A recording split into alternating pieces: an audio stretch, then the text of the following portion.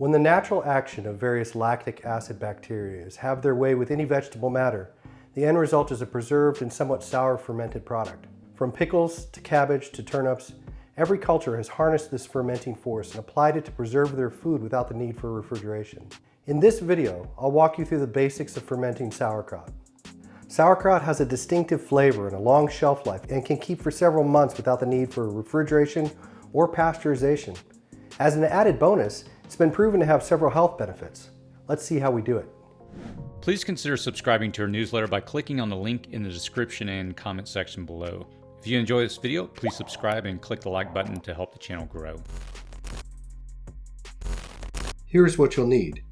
Cabbage of your choice, optional spices like dill, caraway, or fennel seeds, kosher salt or some other type of additive-free salt, a jar with a lid, paper towel and a rubber band, or a fermenting jar fitted with an airlock, rocks or weights for keeping your cabbage submerged in the brine, a Ziploc baggie if you plan on using the rocks, but I find out through this process you can skip the baggie, and a knife for cutting the cabbage.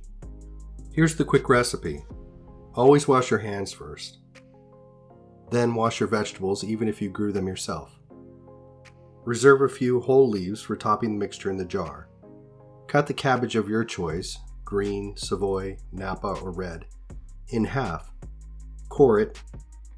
Slice it into 1/4 to 1/8 inch strips. Add 1½ tablespoons of kosher or natural sea salt if you plan on eating it in the near term. Add 2 full tablespoons of salt if you plan to preserve it for longer. Optionally, add 1/4 teaspoon caraway or fennel seeds or both. Work with your hands until you've worked as much of the liquid out of the cabbage as you can, and the cabbage is mushy. When you think you have mushed it up enough, mush it up some more. Squeeze it up and free the juices. Put the cabbage in a jar, press it down and add all the liquid brine until it is covered. And place one of the whole leaves over the top.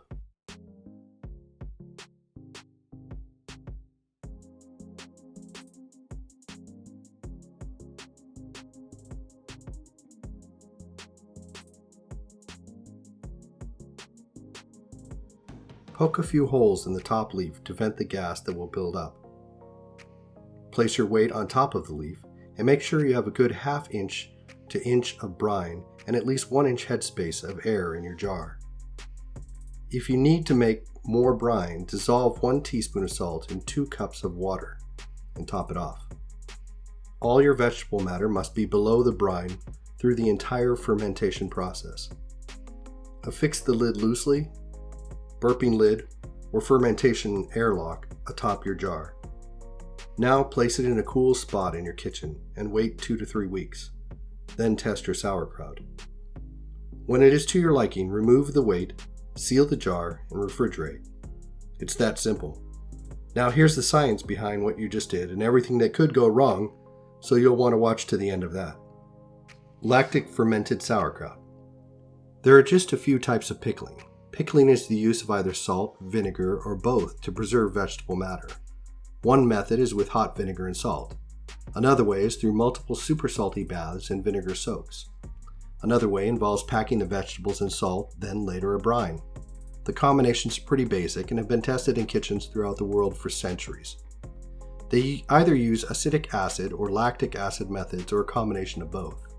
Most people have gravitated towards the method of lactic acid fermentation, used in classic sauerkraut because it harnesses the natural process of fermentation. It retains the probiotic and nutritional qualities of the food. In an over-processed food supply, lactic fermentations provide our bodies with the natural probiotics, enzymes, and easily accessible nutrients that nature intended us to have. Lactic acid fermentation is a metabolic process of anaerobic fermentation by which glucose or other 6-carbon sugars are converted into cellular energy and the metabolite lactate, which is the lactic acid in the solution. And that is just fancy talk for channeling a particular decomposing quality of food to preserve it and make the nutrients more accessible, particularly vitamin C and K. It is also low in calories and high in calcium and magnesium. It is an excellent source of dietary fiber, folate, iron, potassium, copper, and manganese. Not only does fermentation help enhance food preservation, but eating fermented foods can also boost the number of beneficial bacteria, probiotics, and bowel flora found in your gut, which has been proven to boost immunity and improve overall health and weight loss. Cooking or heating food destroys these natural probiotics. Brine. There's much discussion about the perfect brine and the perfect salt to use. I will go into more in depth on those with a future video where I ferment a couple of different vegetables and not just sauerkraut.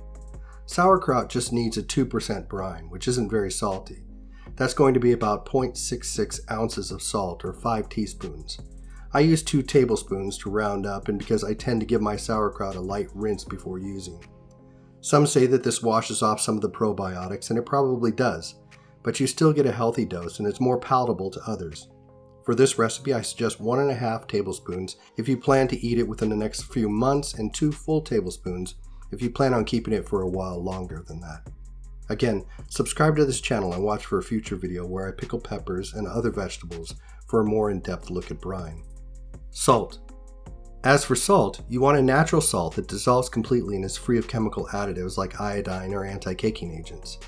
If you want to see a debate more passionate than the ones you see on a political forum, ask the question of what salts to use on a pickling or canning group.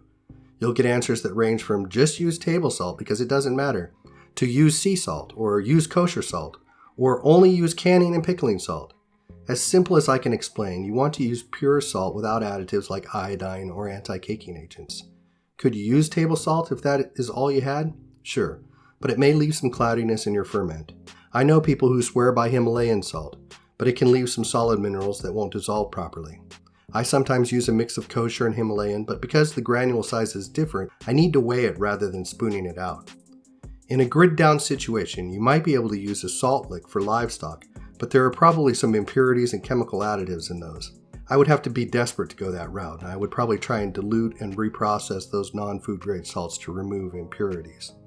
Just don't do that if it's not a crisis situation. Get some good salt with no measurable impurities. You could harvest salt from ocean water for cleaner salt, or you could buy nice sea salt. I will link to a few salt options in the description below.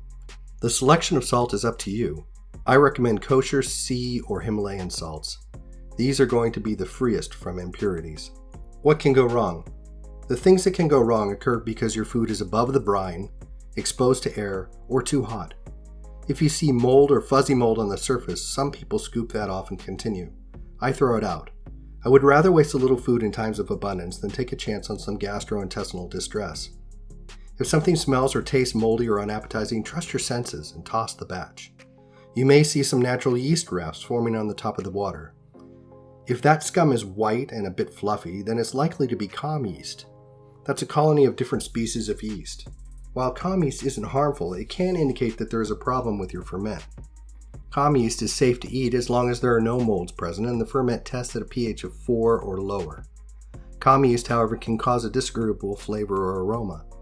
Calm yeast is not a type of mold, but rather an anaerobic yeast that forms when the sugar is used up, and the pH of the ferment drops because of the lactic acid formation. It tends to develop more often on open air ferments when the temperature is too warm or in a low salt brine. You can tell the difference between yeast and mold. Mold will be the blue or other colored furry spots floating in the mixture. That would be something to worry about. If your food all remains submerged in the brine, everything should be fine. Make sure your fermenting product remains in a temperature stable and cool temperature environment. Ensure your brine salt percentage is above 2% for sauerkraut and 3% for other foods. I will link to a brine calculator in the comments below. Weighing your salt will always be more accurate, but err on the side of slightly saltier if measuring by the spoonful. Finally, make sure that you used a closed fermenting system like an airlock or burping lid. With each of those measures, the chances of yeast or mold taking hold, even anaerobic varieties, are minimized. If you only use a tightened down lid and ring, make sure to burp it daily to vent off the gas. Sometimes it can get so active it bubbles over. If it does, you may need to take some out, pour more brine in, and put your weights down better. I've started fermenting so much that I finally broke down and purchased some fermentation weights. I'll link to those in the comments below. I like them very much. Before that, I would boil a good smooth rock in salt water for 10 minutes and use that. That's probably not the best method, but it's probably what our ancestors did. I tried putting the rock in a Ziploc baggie like I'd heard about, but I found this method acted as a wick and constantly brought brine to the surface. Keep it in the brine and cover it. If it is not airtight and you use a paper towel and rubber band or a loose lid, expect that you might see some calm yeast on the top. If you want to process your sauerkraut for a really long storage, make it this way but with a 3% or higher brine. Then can it with a heated water bath. You will lose most of the probiotics, but it will have an incredible shelf life in your pantry. The heat will dumb the fermentation process and pasteurize your product. This is similar to what you'd get in the stores if you also added a shot or two of vinegar. Sauerkraut is by far the easiest and most hands-on foray into the world of fermented foods. It has been similarly made for thousands of years. Just salt and cabbage really is all you need. I will pickle peppers, green tomatoes, and even purslane in a future segment, so look for that. In the meantime, learn this simple recipe and skill, try it at least once, and tuck it away for when you ever need it. Learn how to make it, and let me know in the comments below how it went. Do you have a different recipe? If it's not a family secret, share it with us in the comments at the website www.cityprepping.com/sauerkraut. If you like this video, please hit that thumbs up. If you'd like me to make something else in my prepping kitchen, garden, or yard, let me know in the comments below. I try to read many of the comments to bring you fresh ideas and new skills and clarify things. So make some sauerkraut today and bring your prepping knowledge to a whole new level. Keep building your skills in the prepping kitchen.